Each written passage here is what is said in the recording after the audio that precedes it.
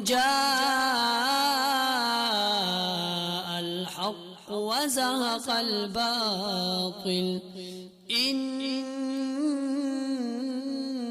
الباطل كان زهوقا۔ بسم اللہ الرحمن الرحیم۔ السلام علیکم ورحمۃ اللہ وبرکاتہ۔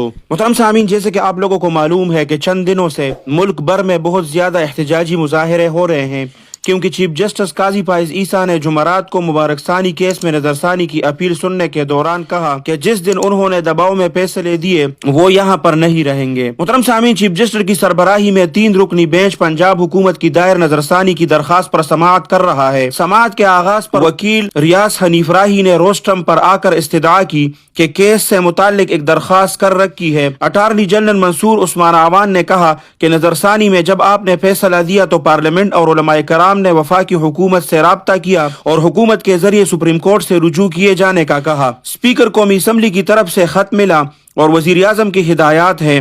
ظاہر ہے دوسری نظر ثانی تو نہیں ہو سکتی، اس لیے ضابطۂ دیوانی کے تحت آپ کے سامنے آئے ہیں۔ چونکہ یہ مذہبی معاملہ ہے تو علماء کرام کو سن لیا جائے۔ چیف جسٹس قاضی فائز عیسیٰ نے کہا، کہنا تو نہیں چاہیے لیکن میں مجبور ہوں۔ ہر نماز میں دعا کرتا ہوں کہ اللہ سبحانہ و تعالیٰ مجھ سے کوئی غلط فیصلہ نہ کروائے۔ انسان اپنے قول اور فعل سے پہچانا جاتا ہے۔ محترم سامعین، سماعت کے دوران شیخ الاسلام حضرت مولانا مفتی تقی عثمانی صاحب دامت برکاتہم العالیہ نے 29 مئی کے فیصلے سے 2 پیراگراف 7 اور 42 حذف کرنے کا مطالبہ کرتے ہوئے کہا کہ پیراگراف 42 میں تبلیغ کا لفظ استعمال کیا گیا ہے، یعنی غیر مشروط اجازت دی۔ چیف جسٹس نے کہا کہ مفتی تقی عثمانی صاحب میں معذرت چاہتا ہوں، وضاحت کرنا چاہتا ہوں جنہیں نوٹس کیا تھا ان کی جانب سے ہمیں بہت سارے دستاویزات ملے۔ چیف جسٹس نے کہا کہ اگر ان سب کا بغور جائزہ لیتے تو شاید فیصلے کی پوری کتاب بن جاتی۔ ان تمام دستاویزات کو دیکھ نہیں سکا، وہ میری کوتاہی ہے۔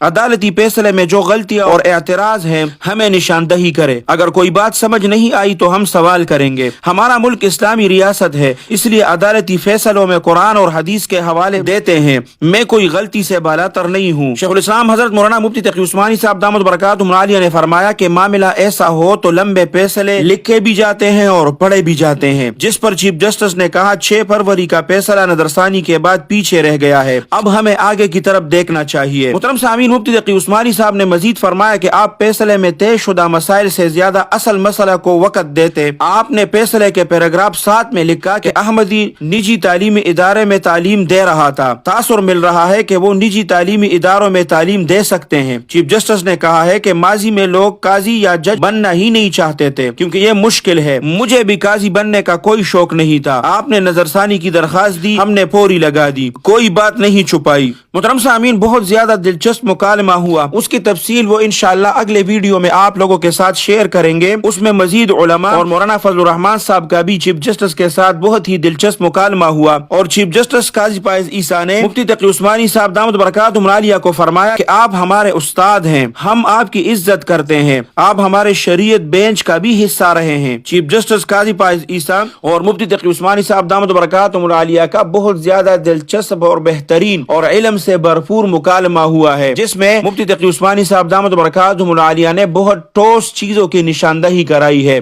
اور انشاءاللہ اب اس کیس کا فیصلہ قادیانیوں کے خلاف اور مسلمانوں کے حق میں آئے گا، اور ایک بار پھر عدالت میں ہمارے جتنے بھی علماء ہیں جس مکتب فکر سے بھی ان کا تعلق ہے، انشاءاللہ وہ ایک بار پھر عدالت میں بھی سرخرو ہوں گے۔ ایک مرتبہ وہ پارلیمنٹ میں بھی سرخرو ہو چکے ہیں، لیکن اس مرتبہ وہ عدالت میں بھی سرخرو ہوں گے، اور اگر ایسا نہ ہوا تو کل جمعے سے بہت سے علماء نے یہ اعلان کیا ہے کہ مکمل طور پر مظاہرے شروع ہو جائیں گے، اور پھر مجبوراً اس کو فیصلہ تبدیل کرنا پڑے گا۔ اللہ سبحانہ و تعالی ہمیں نبی کریم صلی اللہ علیہ وسلم کی محبت سے سرشار کرے، اور اللہ سبحانہ و تعالی ہم سے ختم نبوت کا کام لے۔ اللہ سبحانہ و تعالی ہمارے ان اکابرین اور علماء کا سایہ ہمارے سروں پر تادیر قائم اور دائم رکھے۔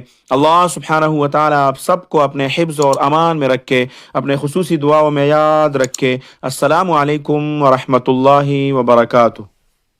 جاء